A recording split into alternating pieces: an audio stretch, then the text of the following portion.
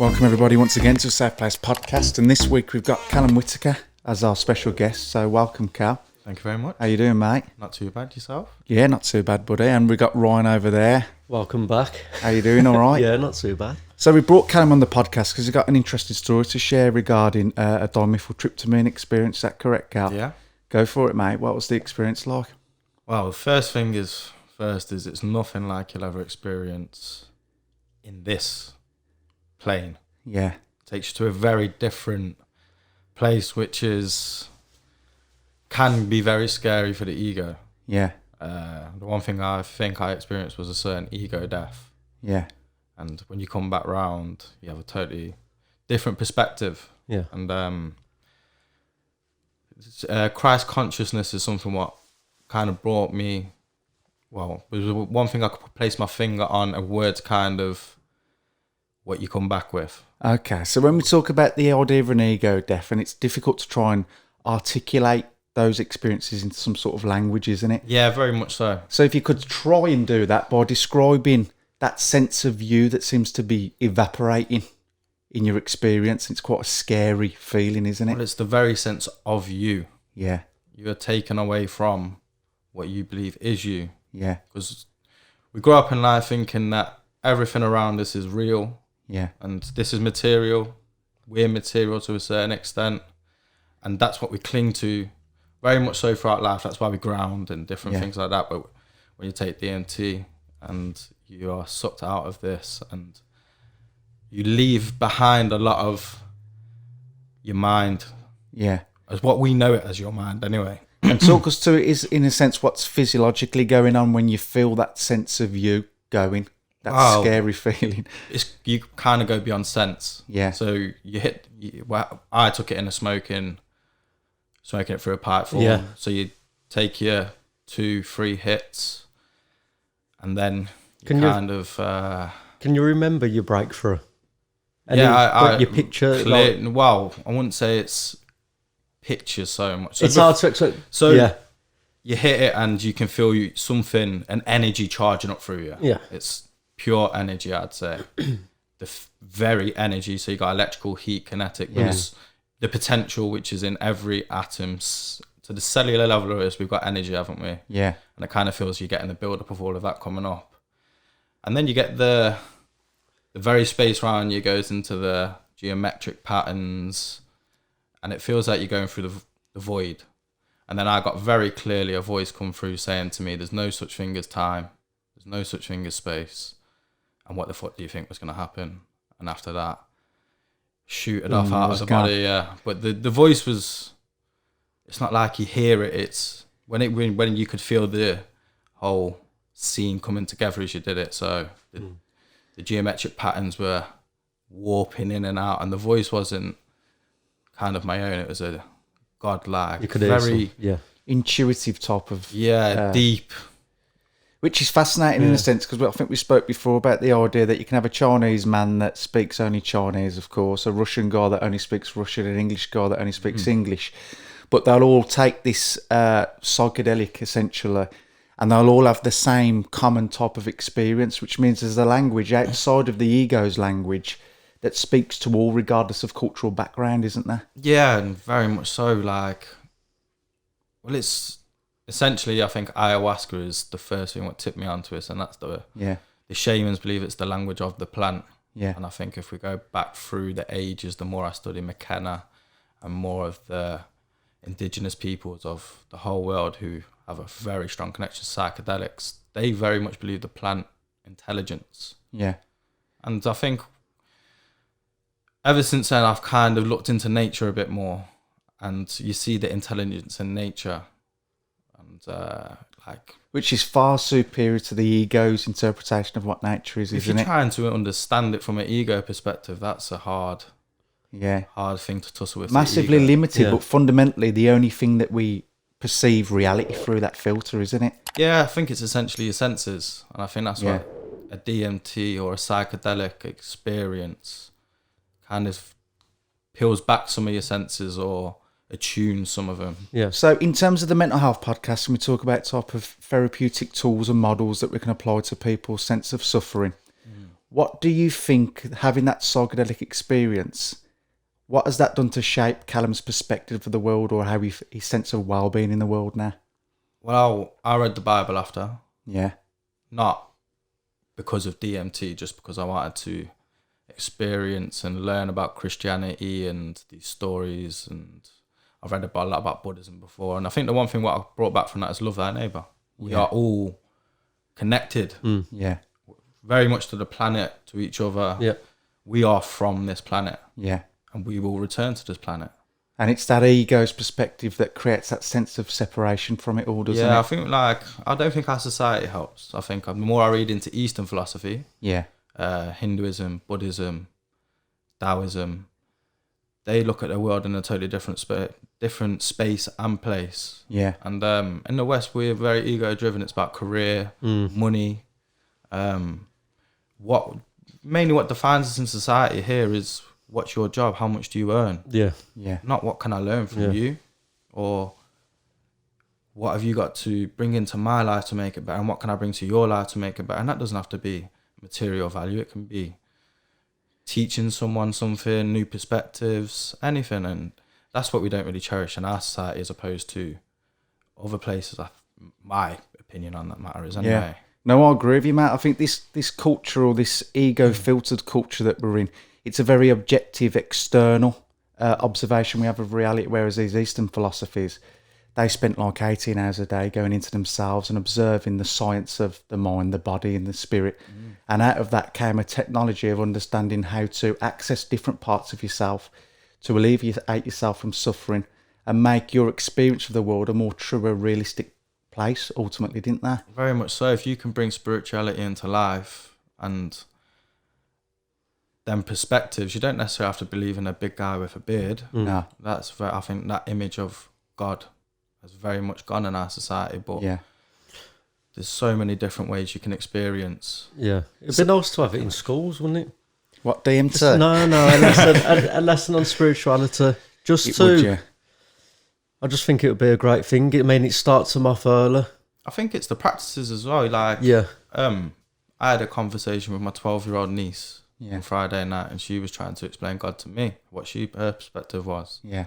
And her perspective isn't the big white beard anymore, but she feels something in nature and how we've heard. She's just learned about evolution and how we've evolved, but she feels there's an intelligence and something. But if you can get the practices of mindfulness, meditation, yoga, how to control your thoughts and think properly and come to rationale, that's going to help these children develop. And it is. And when you say control your thoughts, now there's a I think his name was Ramana Maharshi. So it was an Indian guru that was classed as an enlightened person, and he talked about how we're not our thoughts.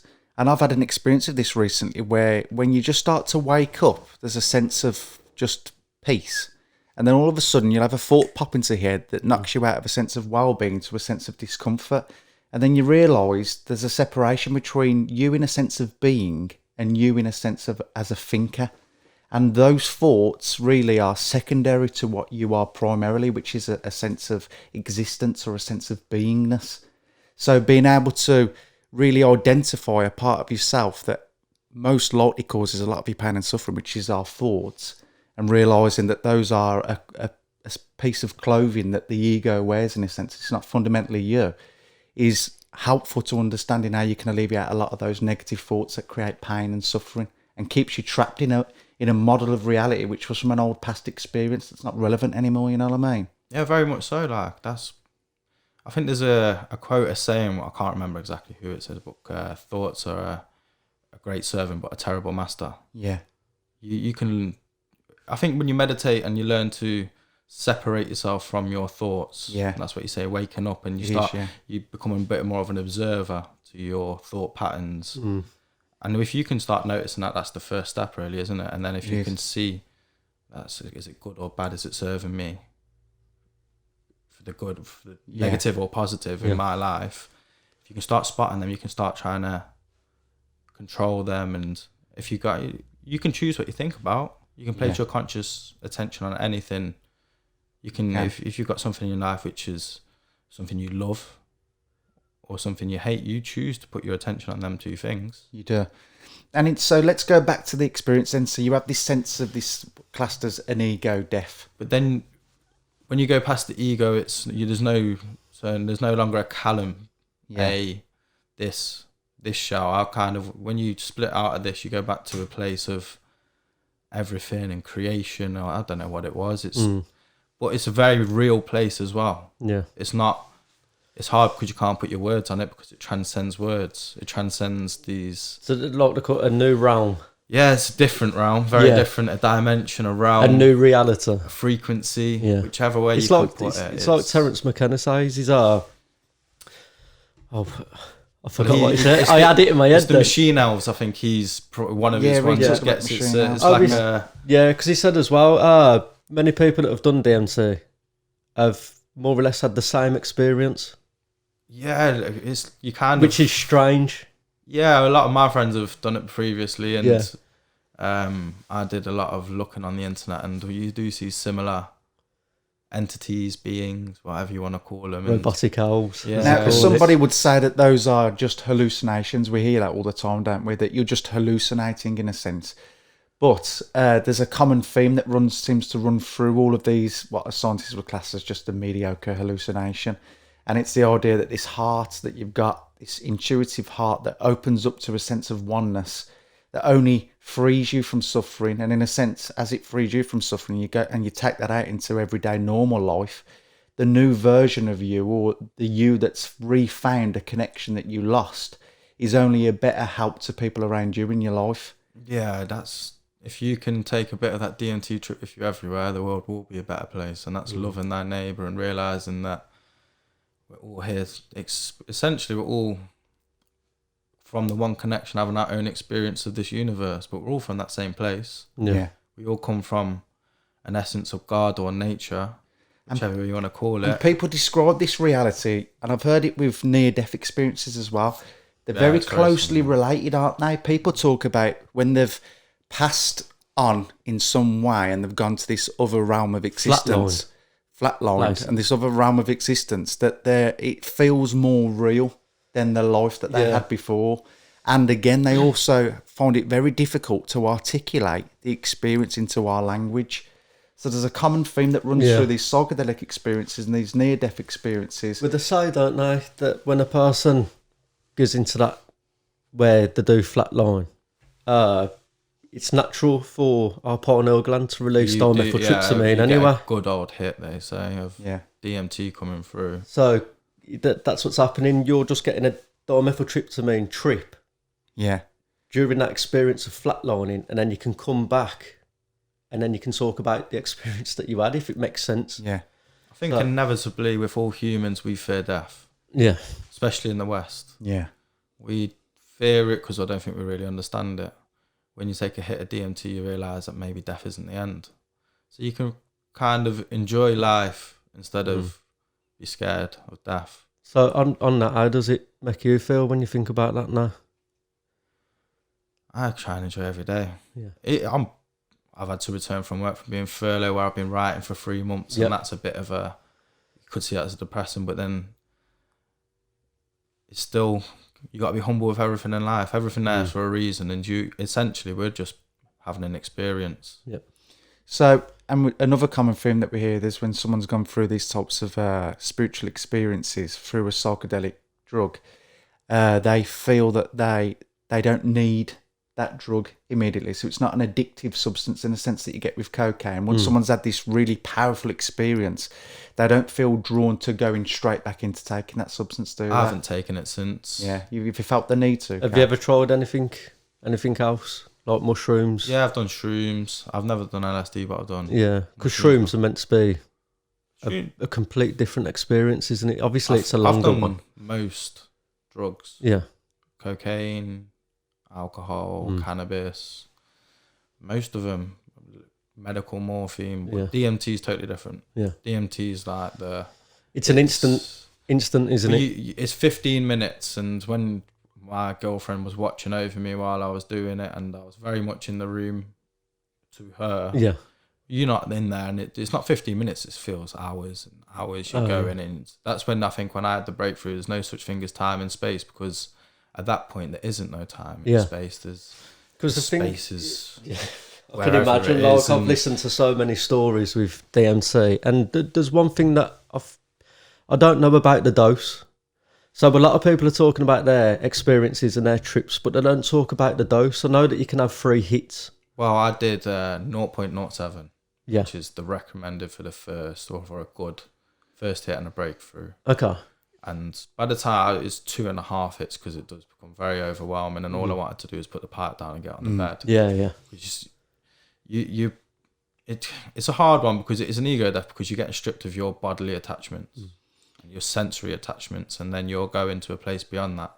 And there is a place beyond that if you meditate and you go deep enough and you sit there long enough and you kind of close off your mind from thought, you can kind of come to a place of no thing, which Buddhists talk about. And trying to draw a line in between looking for escapism, in a sense, by taking a drug. Was you not looking for a chance to escape? Was you looking for, in a sense, to find deeper truth to yourself? I think it's both. Yeah. I think in this society, we're trying to escape the many things which our programming control systems of. At the time, you got to remember, Corona was very prominent throughout society, and like I think we've all looked about Epstein, all of these truths coming out, and sometimes you just do want to escape from. Yeah, definitely. You got to kind of change your consciousness sometimes. I think that's why reading's very important. Before I did any of this, I was reading heavily into. And what advice would you give? Because obviously this is a mental health podcast around helping people alleviate some sort of suffering, and we don't really want to send the message out that people should just take this drug, because it's a powerful drug. DMT is not for everyone. No. It's not. Yeah. Well, it's a hard one, I'd say. I'd never pressure anyone to doing it. Well, talk about your journey leading up to the point where you took DMT. You've been looking into yourself and trying to understand the world and yourself within it for years now, haven't you? Wow. Good 7 years, 8 years. And so at the end of that journey of 7 years, finally you took that plunge into the abyss through the DMT experience. But there was so much. Don't know much anything out. Past that, let's be honest, you hit that, and I find it hard when people say a lot of it's conjured from it's hallucination of your mind, because I don't think I could think of that. No. I don't think I could conceive some of that. And I've read some beautiful passages of the Bible, some beautiful prose of Shakespeare. Yeah. Now talk about the most interesting bit for me is the idea that you accessed a sense of Christ consciousness.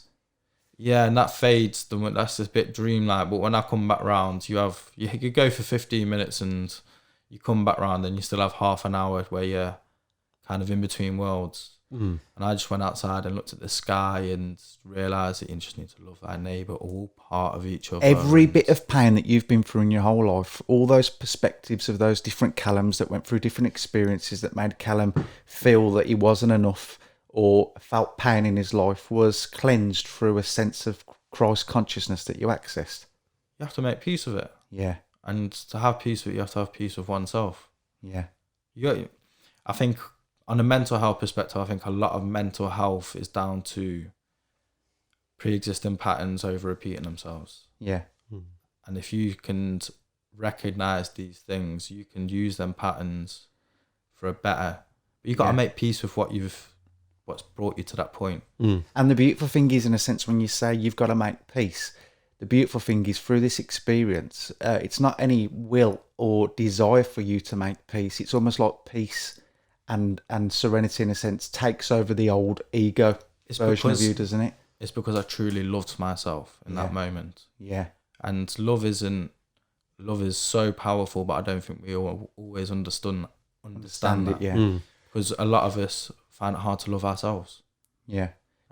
Now, in terms of the podcast, again, people will be watching this and they'll be going, my God, psychedelic drugs, what's this got to do with anything to do with therapy or alleviating suffering? But the beautiful thing is the work that's been done in America now in terms of using psychedelic drugs to take away people's depression, to take away people's trauma, to take away people's PTSD. Well, I think mushrooms more so are the tool as opposed to DMT. DMT might be the end changer. Like, and even if you look at mental health and the role ayahuasca's had with, there's a lot of celebrities who have been out recently, and experimented with it. So in Ohio, in America, it's legal to microdose mushrooms there now because their breakthrough in the university was, I wouldn't say healing, but it's easing the person of their mental health, anxiety, their depression. I think mushrooms, I've microdosed, done in between a trip and tripped on the different dosage of them all. Yeah.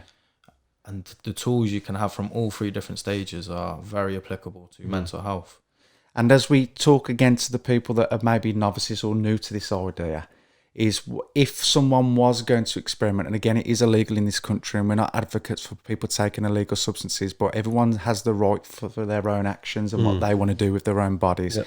And all we can try and do is guide them down a path that can cause them as least trouble as possible. What is some of the advice we can give to somebody that's adamant that they want to pursue this avenue? Start small with everything, dosage, everything. Yeah. Make sure you got the right environment, be in the right mind space for it. Getting testing kits is another important. Yeah, making sure that you're taking the right substance. Yeah, make sure you're getting the best and cleanest possible substances you can. And a knowledgeable wise sitter. Someone research, someone done their research. That's exactly what I've done. I was just on YouTube constantly looking at psychedelics. Research, but I think you also you have to research bad trips and what drives a bad trip. Yeah. I don't think there is such thing as a bad trip. Yeah. But that's because my mind is now, you said awakening to the journey. I've been down very dark, and now I'm pretty cool with anything I find along my journey. I'm quite happy to encounter everything from my past and all the things what may have caused depressions, anxieties. Yeah.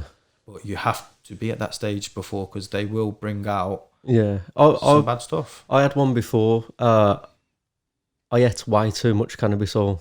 Oh, cannabis kind of... So I was on my own trip and I was literally... I was dizzy. It was strange, it was. And I was looking at my TV and it was just in motion. And then I've gone into the kitchen to have a drink. I didn't know what it was. It was strange. And then I've gone back into the living room, sit down, and it was the same, but it was the room. So then I've gone to bed.